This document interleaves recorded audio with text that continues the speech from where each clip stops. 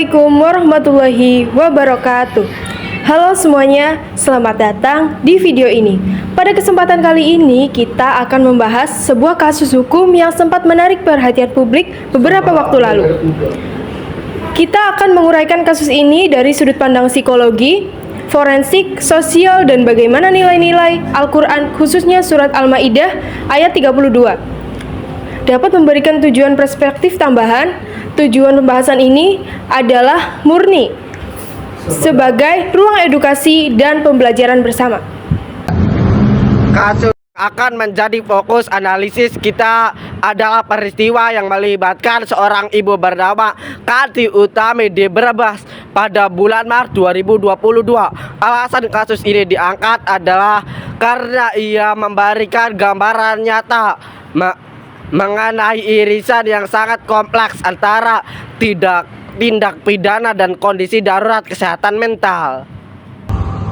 Kemudian bila kita analisis lebih lanjut, kasus ini memang mengindikasi bahwa sebuah tindakan fatal dapat dipicu oleh kondisi kejiwaan yang tidak mendapatkan penanganan semestinya. Nah, faktor-faktor eksternal seperti tekanan ekonomi, kemudian minimnya dukungan lingkungan terdekat juga diduga memperparah kondisi psikologis dari pelaku. Kemudian dampak dari kejadian ini tentu sangat besar, tidak hanya menimbulkan korban jiwa dan juga trauma, bagi keluarga inti, tetapi juga memberikan catatan penting bagi sistem penegak hukum kita dalam menangani individu dengan gangguan jiwa. Mari kita lihat urutan kejadiannya secara faktual. Pada Maret 2022, Kandi Utami yang berusia 35 tahun pada saat itu dilaporkan melakukan tindakan kekerasan terhadap ketiga anak kandungnya yang berakibat pada meninggalnya satu anak. Kemudian dalam proses pemeriksaan awal, tersangka memberikan pernyataan bahwa tindakannya didasari oleh delusi untuk menyelamatkan anak-anaknya di dalam dari kesulitan hidup. Kemudian setelah melalui serangkaian tes psikiatri yang komprehensif, kepolisian dan juga pengadilan mengonfirmasi bahwa tersangka mengalami gangguan kejiwaan yang berat, yakni skizofrenia dengan gejala psikologis. Sesuai dengan prosedur hukum, proses ini tidak berujung pada hukuman penjara, melainkan putusan rehabilitasi medis di rumah sakit jiwa. Dari kacamata sosial, peristiwa ini memperlihatkan adanya celah dalam sistem deteksi dini kesehatan mental di masyarakat. Masih adanya stigma negatif terhadap penderita gangguan kejiwaan kerap kali menghambat seseorang untuk mencari atau mendapat pertolongan medis di fase awal. Oleh karena itu, edukasi mengenai kesehatan mental di tingkat keluarga menjadi langkah preventif yang krusial agar tragedi serupa tidak terulang.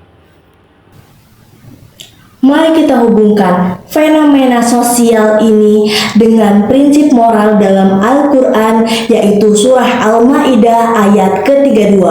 Ayat ini memuat prinsip berbunyi, barang siapa membunuh seseorang bukan karena orang itu membunuh orang lain, maka seakan-akan dia telah membunuh manusia seluruhnya.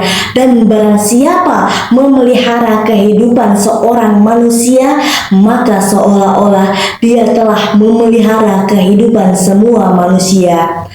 Dalam konteks masa kini, prinsip memelihara kehidupan dapat dimaknai secara lebih luas.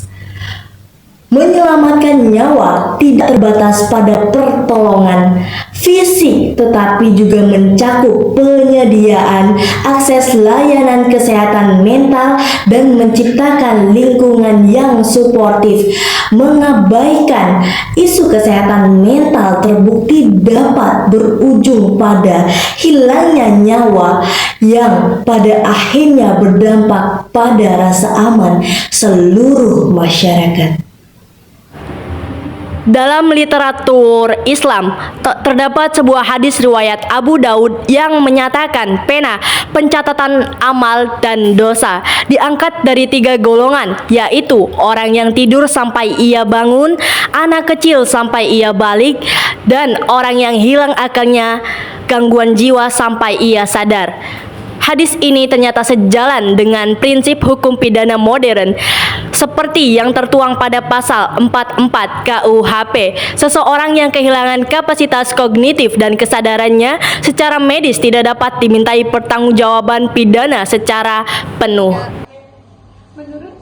Islam secara keseluruhan, konsep hukum Islam sangat mengedepankan hak atas kehidupan yaitu hifz al-nafs dan hak atas akal yaitu hifz al-aql. Kasus ini mengonfirmasi bahwa individu dengan gangguan mental berat tidak difokuskan pada sanksi atau hukuman, melainkan pada upaya rehabilitas dan penyembuhan. Hal ini secara tidak langsung menuntut adanya tanggung jawab kolektif untuk menjaga stabilitas mental anggotanya dari keluarga maupun masyarakat.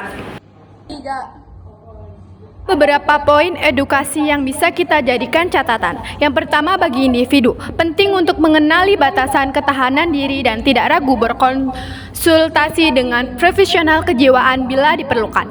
Lalu ada bagi keluarga, dibutuhkan komunikasi yang terbuka guna menjadi sistem pendukung yaitu support system yang peka terhadap perubahan perilaku anggota keluarganya.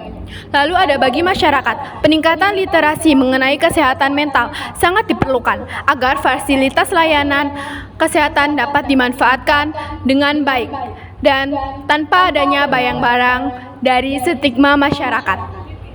Sebagai penutup, kasus Kanti Utami memberikan gambaran yang utuh tentang perkaitan antara penegakan hukum, kondisi kejiwaan, dan tanggung jawab sosial. Pendekatan agama seperti yang tersirat dalam surat Al-Maidah ayat 32 dan pandangan hadis ternyata beriringan dengan pendekatan medis dan hukum modern bahwa pemeliharaan kehidupan dan memelihara akal adalah prioritas utama.